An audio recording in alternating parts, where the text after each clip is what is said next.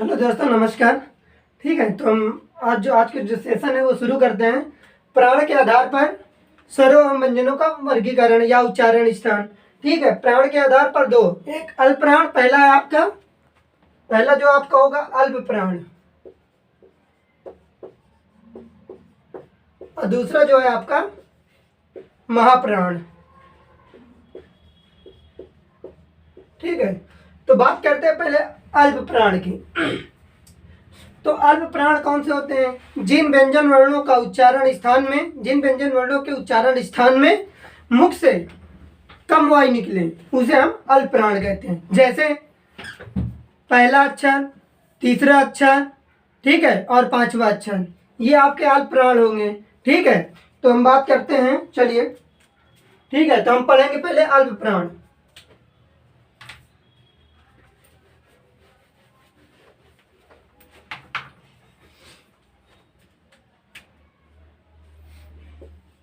बात करते हैं अल्प प्राण की।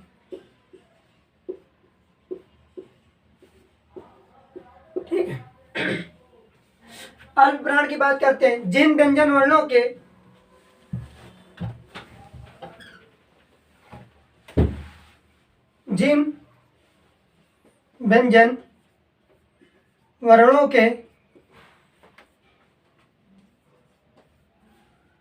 उच्चारण में, जिन व्यंजन वर्णों के उच्चारण में मुख से कम वायु निकले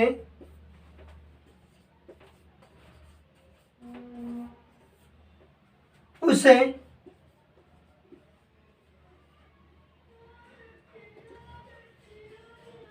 अल्प प्राण कहते हैं। ठीक है, उसे अल्प प्राण कहते हैं। क्या कहते हैं? जिन व्यंजन वर्णों के उच्चारण में, जिन व्यंजन वर्णों के उच्चारण में मुख से कम वायु निकले उसे अल्प प्राण कहते हैं। अल्प प्राण में वर्ग का कौन कौन से अक्षर आएगा? हम बात करते हैं अल्प प्राण में।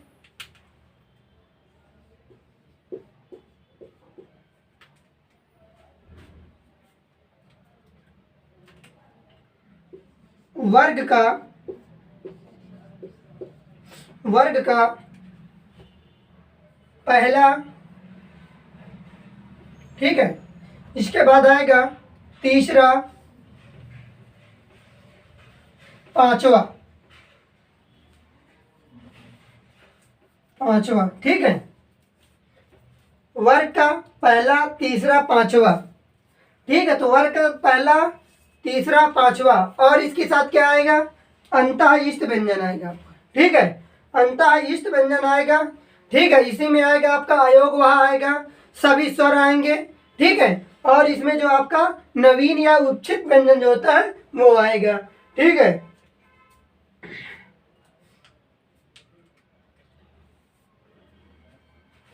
और इसमें आएगा आपका सभी व्यंजन, वो हो गए सभी स्वर आएंगे।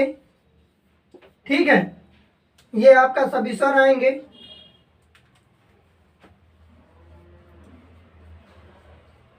और आएगा अयोगवा,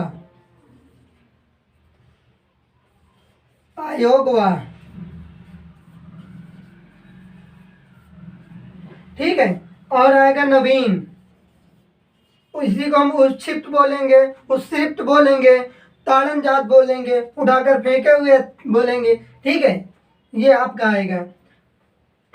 ठीक है, तो इसको नोट कर लीजिए, फिर इसको हम लिखाते हैं इसके नीचे।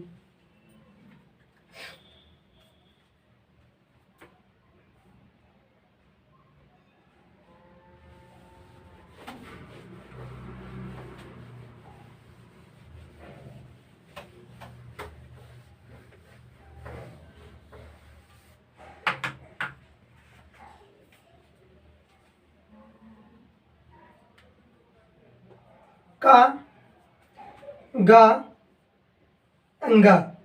ठीक है, देखो पहला हो गया, तीसरा हो गया, पांचवा हो गया।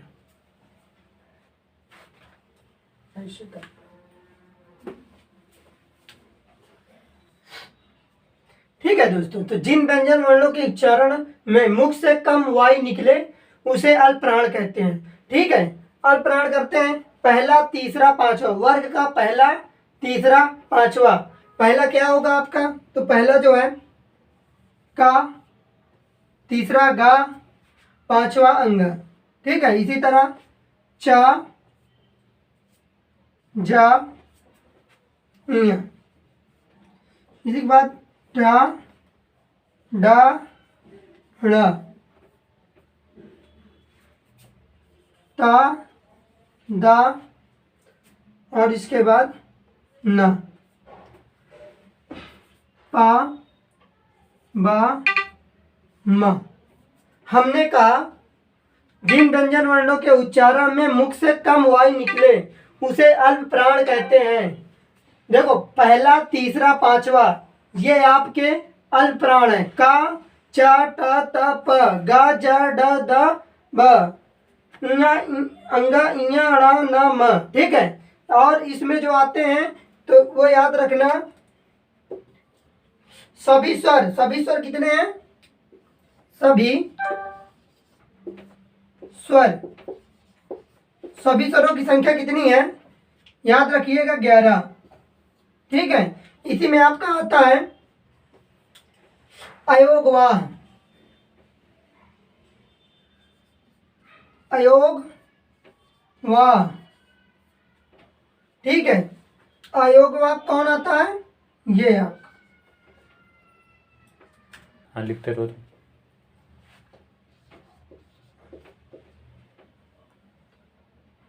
अब बात करते हैं अंतःइष्ट व्यंजन।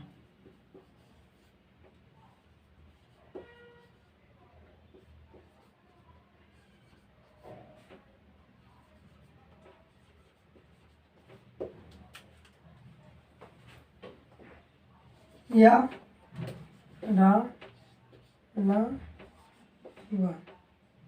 ठीक है, मतलब सभी स्वर आ गए, अयोगवाह का अन आ गया, अंतःइष्ट व्यंजन का या, रा, ला, वा। और आपका एक जो है वो है आपका नवीन या उपचित। नवीन,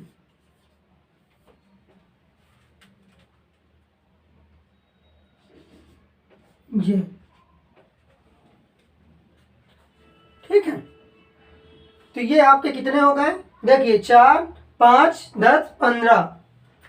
अब 15, 11 जोड़ लीजिए, कितना हो गए, 26, 27, 4, 31, 32।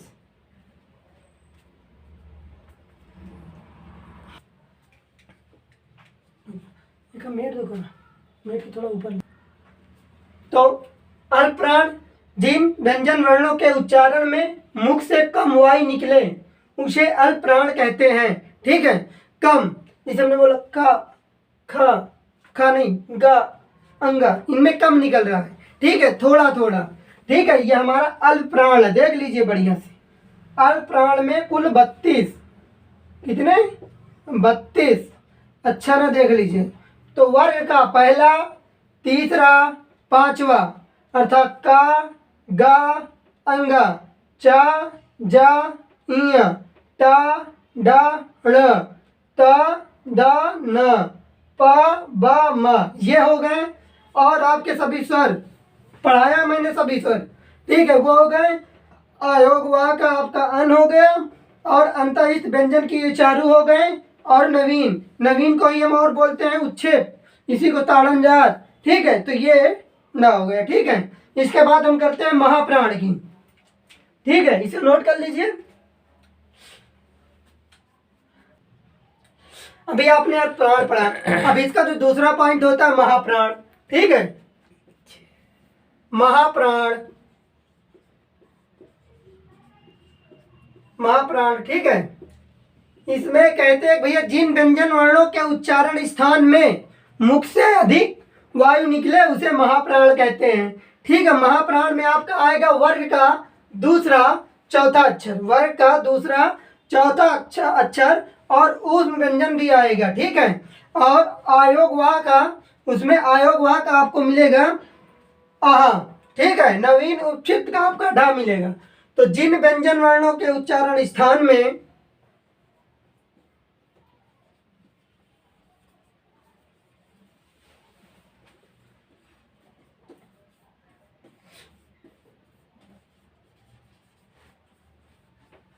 जिन व्यंजन वर्णों के उच्चारण स्थान में या जिन व्यंजन वर्णों के उच्चारण में मुख से अधिक वायु निकले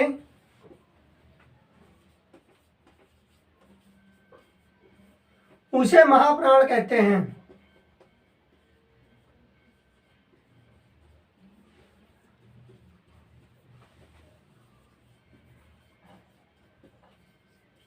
क्या कहा हमने कि जिन व्यंजन वर्णों के, भाई जिन व्यंजन वर्णों के उच्चारण में मुख से क्या निकले, अधिक वायु निकले, अधिक वायु निकले, उसे हम क्या कहेंगे, उसे महाप्राण कहेंगे।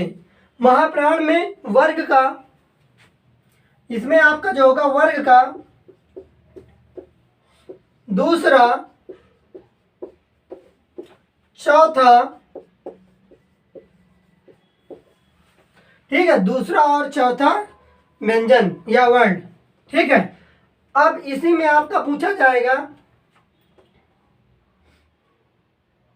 ऊष्म व्यंजन आएगा, इसी में ऊष्म व्यंजन आएगा, ऊष्म व्यंजन चारों, सा सा हा, ठीक है, तीनों सा और हा। और आपका पूछा जाएगा नवीन, नवीन या इसी को बोलेंगे उपक्षिप्त, ठीक है। और इसी में आप पूछा जाएगा अयोगवा, अयोगवा इसका रहेगा। चलिए वो कौन से हम यहाँ लिखते हैं, आप नोट करिएगा जरूर। यार अच्छा लगे तो सेक्शन को लाइक जरूर करिएगा और सब्सक्राइब करना बिल्कुल ना भूलिए। आपके लिए हम इतना मेहनत करते हैं। तो हमने बोला कि भैया महाप्राण में वर्ग का दूसरा, दूसरा, चौथा,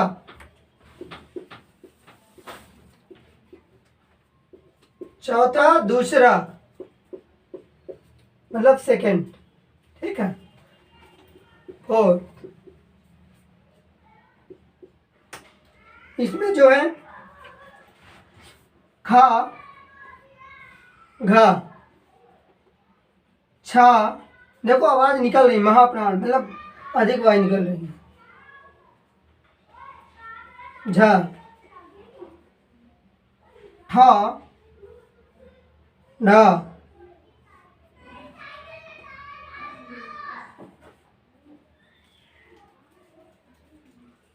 था, धा, फा,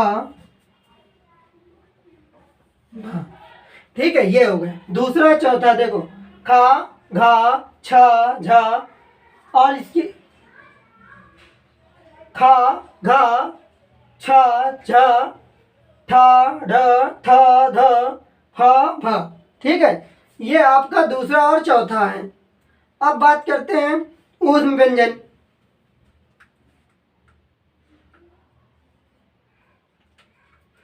उस व्यंजन में आपका आ जाएगा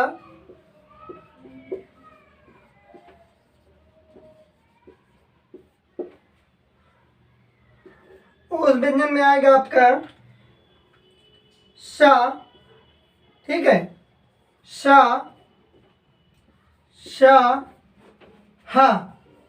अरे ये मैंने आपको बताया ना, ये तालव्य वाला है, ये मूर्धा वाला है, ये दंत वाला है, ये कंठ वाला हा है, ठीक है। ये आपका ऊष्म व्यंजन हो गया। और इसी में अब आपका पूछा जाएगा नवीन या उपक्षिप्त या द्विपृष्ठ,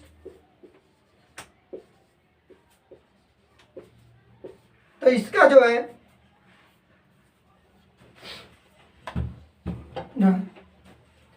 अब इसके बाद करते हैं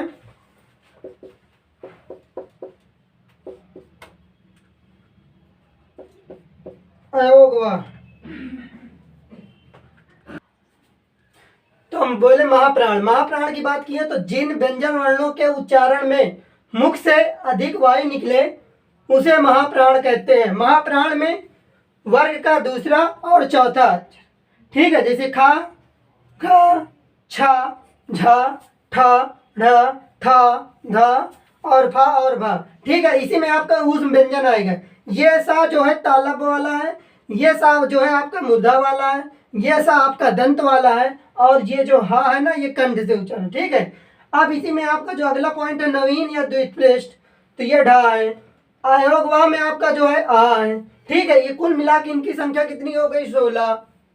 ये आपके महाप्राण हो गए।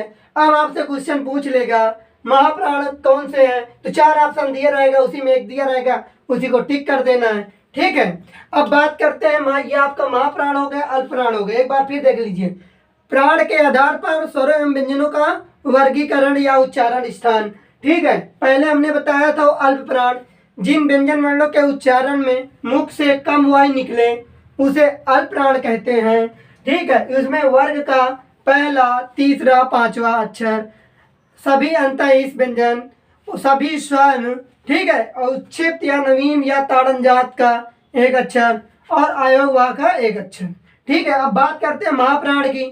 महाप्राण में आपने देखा कि जिन व्यंजन वर्णों के उच्चारण में मुख से अधिक वायु निकले उसे महाप्राण कहते हैं। इसमें क्या होता है, इसमें जो है दूसरे और चौथे का दूसरा और चौथा अक्षर, ठीक है, उस व्यंजन के चारों और नवीन द्विपृष्ठ का ढा और अयोगवा का आ, ठीक है।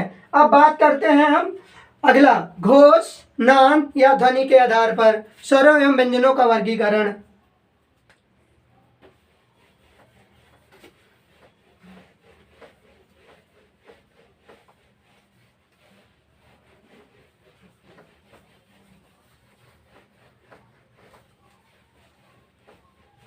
नाद या ध्वनि के आधार पर,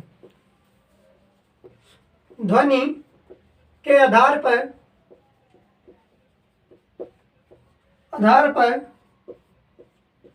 स्वरों या व्यंजनों का वर्गीकरण।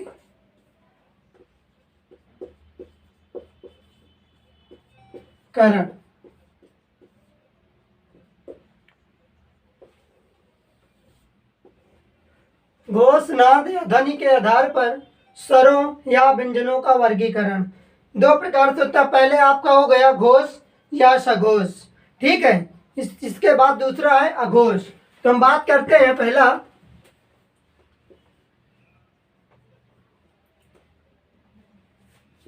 घोष या इसी को बोलते हैं सघोष,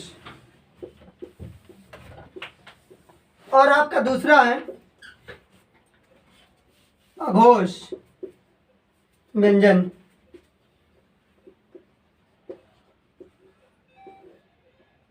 ठीक है। हम बात करेंगे घोष और या सघोष व्यंजन की।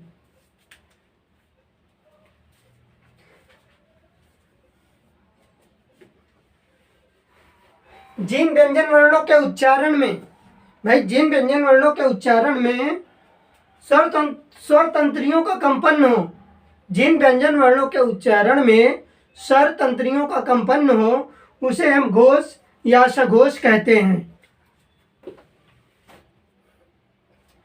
ठीक है।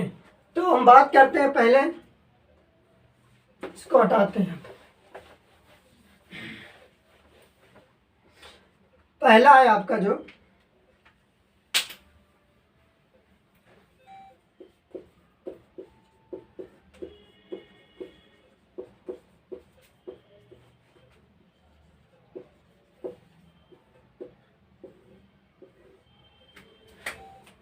ठीक है, घोष या सघोष व्यंजन, भाई जिन व्यंजन वर्णों के उच्चारण में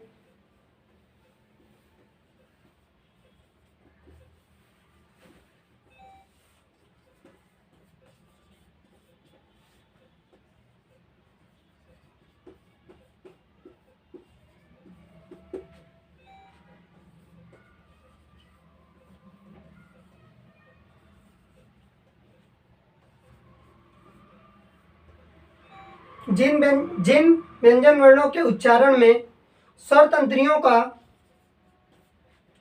कंपन न हो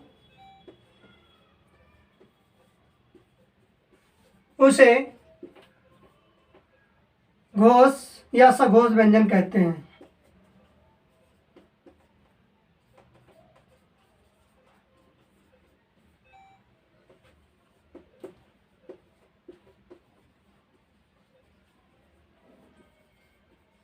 ठीक है भाई, जिन व्यंजन वर्णों के उच्चारण में मुख से या स्वर तंत्रियों का कंपन हो उसे घोष या सघोष व्यंजन कहते हैं। ठीक है, इसमें क्या होता है, इसमें वर्ग का तीसरा, चौथा और पांचवा अक्षर, वर्ग का तीसरा, चौथा और पांचवा अक्षर, इसमें आपका जो मिलेगा वर्ग का तीसरा, चौथा, अरे चौथा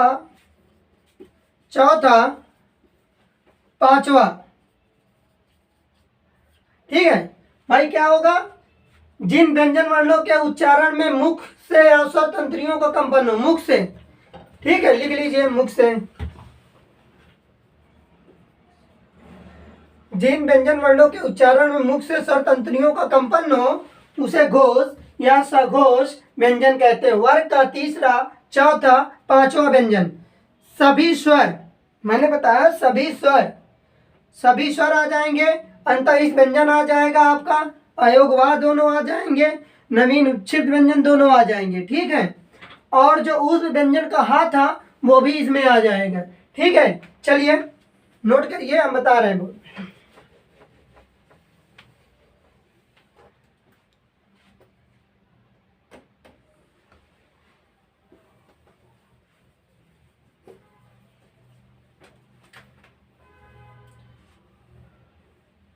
वर्ग का आपका तीसरा, चौथा, पांचवा,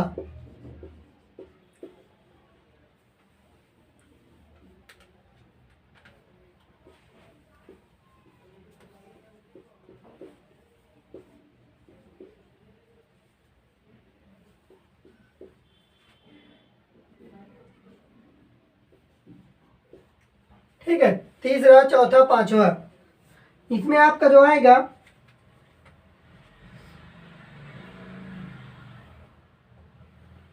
गा, घा, अंगा,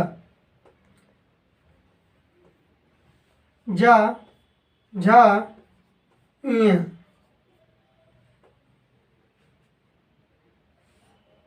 डा, ढा, ड़, दा, धा, ना, और इसी में आएगा बा, भा, मा। ठीक है भाई, वर्ग के क्या हुआ, तीसरा, चौथा, पांचवा, घोष या सघोष व्यंजन जो होते हैं, यह लीजिए देख लीजिए, तीसरा, चौथा, पांचवा, गा, जा, ड, द, बा, ये तीसरा है। चौथे में क्या आता है, जो वर्ग है, घा, झा, ढ, ध, म, भा, और इसी बाद आता है अंग, इ, ड़, न, म। ठीक है, इन्हें अच्छा ये जो लिखा ना, इसे नासिक भी बोलते हैं, नासिक या पंचमाक्षर अक्षर। ठीक है, अब बात करते हैं, ये आपका हो गया घोष या सघोष व्यंजन। अब इसी में एक फैक्ट पॉइंट नोट करिएगा, जो आता है आपके सभी स्वर। अब स्वर कितने हैं ये मैंने पढ़ा दिया आपको, तो आपके स्वरों की संख्या कितनी है, 11। दूसरा पॉइंट जो है अंतःइष्ट व्यंजन,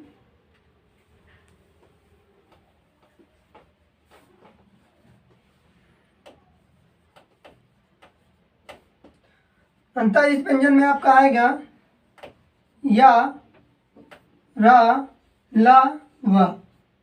ठीक है, ये आ जाएंगे। फिर आपका आ जाएगा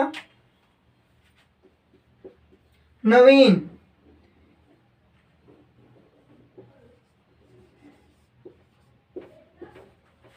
उच्छेद, इसमें आपके दोनों आ जाएंगे।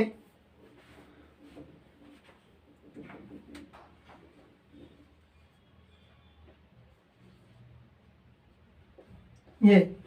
और जो बच्चा आपका अयोगवा,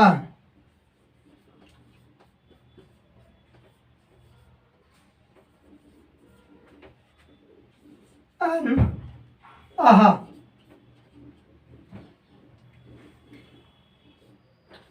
और एक पॉइंट और है, हाँ ये इंपॉर्टेंट फैक्ट है, इंपॉर्टेंट क्या है, हाँ ये। ठीक है, अब एक बार हम सभी पूरा बता दे रहे हैं। घोष या सघोष व्यंजन, जिन व्यंजन वर्णों के, भाई जिन व्यंजन वर्णों के उच्चारण में मुख से स्वर तंत्रियों का कंपन हो उसे घोष या सघोष व्यंजन कहते हैं। वर्ग का तीसरा, चौथा, पांचवा अक्षर, ठीक है, जैसे गा, घा, अंगा, जा, झा, इया, डा, ढा, ण, दा, दा, धा, न, बा, भा, म, ठीक है। और आपका जो है सभी स्वर आएंगे 11 स्वर, ठीक है, सभी मैंने स्वर बताया आपको। इसके बाद आपका अंतःइष्ट व्यंजन ये चारों आ गए, ठीक है, नवीन या उच्छिप्त ये दोनों आ गए, और अयोगवा ये अनौरा, कुल मिला के कितने हो गए, 35 हो गए, ठीक है भाई। 11 ये हो गए, और ये आपके 15 हो गए, 4 ये हो गए, 15 4 19 1 20 10 30, ठीक है, 34 35, ठीक है, ये हाँ 35 हो गए कुल। ये आपके हो गए घोष या सघोष व्यंजन। अब बात करते हैं अघोष व्यंजन की, ठीक है। तो उसमें क्या होता है, जिन व्यंजन वर्णों के उच्चारण में मुख से स्वर तंत्रियों में कंपन ना हो उसे हम अघोष व्यंजन कहते हैं, ठीक है।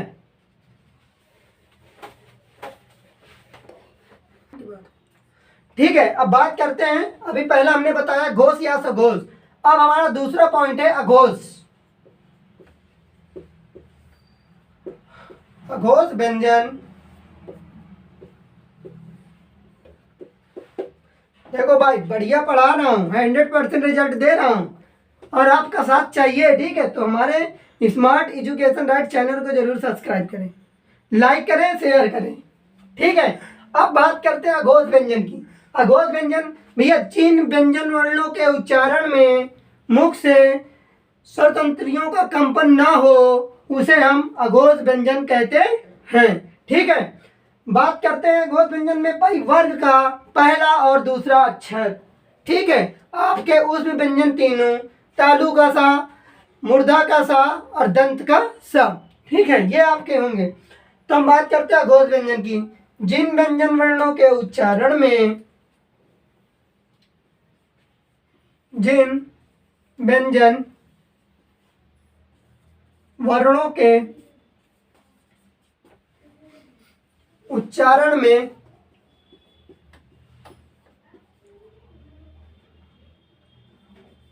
मुख से स्वर तंत्रियों में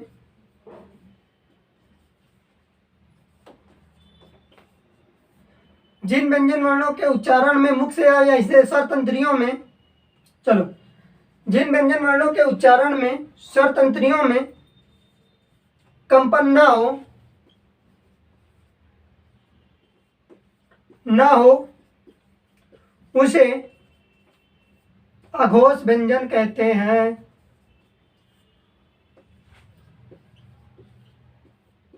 दिख रहा है ना, हाँ बच्चों दिख रहा है, ठीक। अघोष व्यंजन जिन व्यंजन वर्णों के उच्चारण में स्वर तंत्रियों में कंपन ना उत्पन्न हो, ठीक है, उसे अघोष व्यंजन कहते हैं। अघोष व्यंजन में आपको जो मिलेगा वर्ग का आपका जो वर्ग का है पहला दूसरा अक्षर, ठीक है भाई, फर्स्ट मतलब पहला, सेकंड, दूसरा। इसमें जो है आपका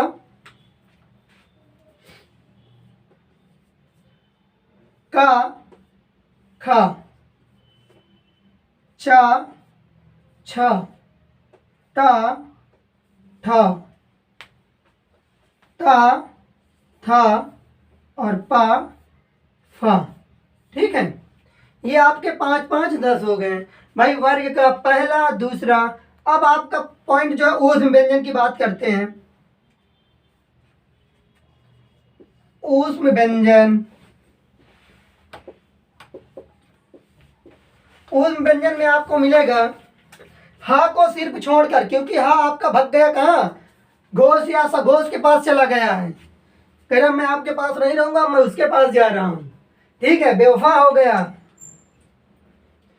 तो उस व्यंजन में आपको मिलेगा शा, तालव्य वाला शा, मूर्धा वाला शा और दंत वाला शा। ठीक है, इनकी संख्या कितनी हो गई, 13 हो गई। ठीक है, याद रखिएगा। अघोष व्यंजन में जिन व्यंजन वर्णों के उच्चारण में स्वर तंत्रियों में कंपन ना हो उसे अघोष व्यंजन कहते हैं। ठीक है, क्या कहते हैं उसे, अघोष व्यंजन कहते हैं भाई। वर्ग का पहला दूसरा अक्षर का, खा, चा, छा, टा, ठा, ता, था, पा, फा, ये आपका अघोष व्यंजन है। इसी में उस व्यंजन आता है सा, सा, तीनों सा आते हैं। ठीक है, तो कंफ्यूज नहीं। मैंने अभी क्या पढ़ाया आपको, प्राण के आधार पर पढ़ा दिया कि प्राण के आधार पर स्वरों और व्यंजनों का वर्गीकरण। तो अल्प प्राण पढ़ाया, महाप्राण पढ़ाया।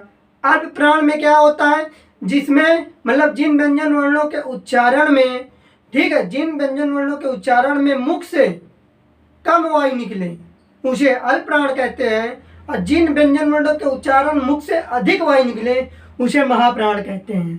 ठीक है, अल्प प्राण में क्या हुआ था, अल्प प्राण में आपने देखा है कि वर्ग का पहला तीसरा पांचवा अक्षर सभी अंतःस्थ व्यंजन और आपको सभी स्वर मिलेगा, और उसमें आपको उपक्षिप्त नवीन या ताड़न जात का जो एक अक्षर है, अयोग वाह का एक अक्षर है, ये आपको मिला। महाप्राण में क्या हुआ, उसमें आपको वर्ग का दूसरा और चौथा अक्षर, ठीक है, और उसमें व्यंजन के सभी शा, सा, हा। ठीक है, और उस व्यंजन के हो गए नवीन या उपक्षिप्त व्यंजन का एक हो गया, ठीक है, ड़ा, और अयोग वाह का आ हो गया। अब बात करते हैं घोष, घोष, नाद या ध्वनि के आधार पर स्वरों एवं व्यंजनों का वर्गीकरण। ठीक है, तो इसमें पहला आपका था घोष या सघोष व्यंजन। जिन व्यंजन वर्णों के उच्चारण में मुख से स्वर तंत्रियों में कंपन हो उसे हम क्या बोलते हैं, सघोष व्यंजन कहते हैं। ठीक है, उसमें यह था भैया वर्ग का तीसरा चौथा पांचवा अक्षर, अंतःस्थ व्यंजन के सभी 4 अक्षर, सभी स्वर उसमें आ गए थे, नवीन उपचित या ताड़न जात को दोनों अक्षर, ठीक है, अयोग वाह के अन और आ गए थे। ठीक है, अब बात करते हैं अघोष व्यंजन में। जिन व्यंजन वर्णों के उच्चारण में स्वर तंत्रियों में कंपन न हो उसे हम अघोष व्यंजन कहते हैं। वर्ग का आपका हो गया फर्स्ट सेकेंड भाई, का, खा, चा, छा, टा, था, ता, था, पा, फा। ठीक है, और इसमें आपका आ गया ऊष्म व्यंजन सा, तीन, ये सा 13 हो गए। अब ऐसे ही प्रश्नों घुमा के पूछ लेता है, अब बच्चा का दिमाग एकदम फ्यूज हो जाता है। ठीक है, तो बिल्कुल नोट्स पढ़ के जाइए। हिंदी में हम कह रहे हैं 30 में 30 आ जाएगा। ठीक है, ये जो मैंने अभी 4-5 नंबरों को तुम्हें पढ़ा दिया, वर्ण से 4-5 नंबर का पूछेगा, अघोष पूछेगा, उसी में पूछ लेगा, सघोष पूछ लेगा। अभी दे दे कि कंठ, कंठ सघोष, कंठ सघोष का वर्ण कौन सा है, उसमें 4 ऑप्शन दिया रहेगा। अब भाई हा है, क्योंकि हमने हा बताया था। ठीक है, तो टेंशन ना लेना, ये आपका आज हो गया इतना। ठीक है बच्चों, देखो स्मार्ट एजुकेशन राइट को चैनल को जरूर सब्सक्राइब करें, लाइक करें और शेयर करें। ठीक है, हम आपके लिए मेहनत करते हैं तो आप हमारे लिए जरूर मेहनत करिए। ठीक है, तो बच्चों आज के सेशन के लिए इतना ही, धन्यवाद।